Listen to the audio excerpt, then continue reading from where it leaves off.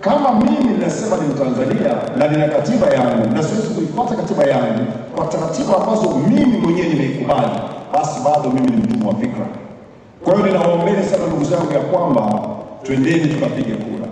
La mwisho kabisa ambalo ninawaasa na ninataka kusema kwa nguvu zangu kubwa sana, kushawishiana kutokupiga kura, ninaamini haisaidii mimi wala haikusaidii wewe. Lakini jambo la pili, kufanya fujo na maandamano na kuleta chaos siku hiyo ya upigaji wa kura hainisaidii mimi wala haikusaidii wewe. Ni vizuri kuchagua fungu jema ambalo baada ya uchaguzi tunajua kuna maisha.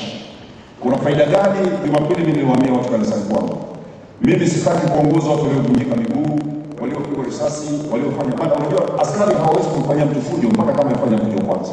Mimi ninaamini sisi kama viongozi wa dini tuitumie nafasi kwa siku chache nane zilizobakia, tuyaase makundi yetu, tuwahimize wapige kura. Namba 2, tuwahimize waache fujo. Kuna mwanafalsafa mmoja anasema hivi, vita haitafuti mtu aliye sahihi, lakini vita huwa inatafuta mtu aliyesalia ili imalize.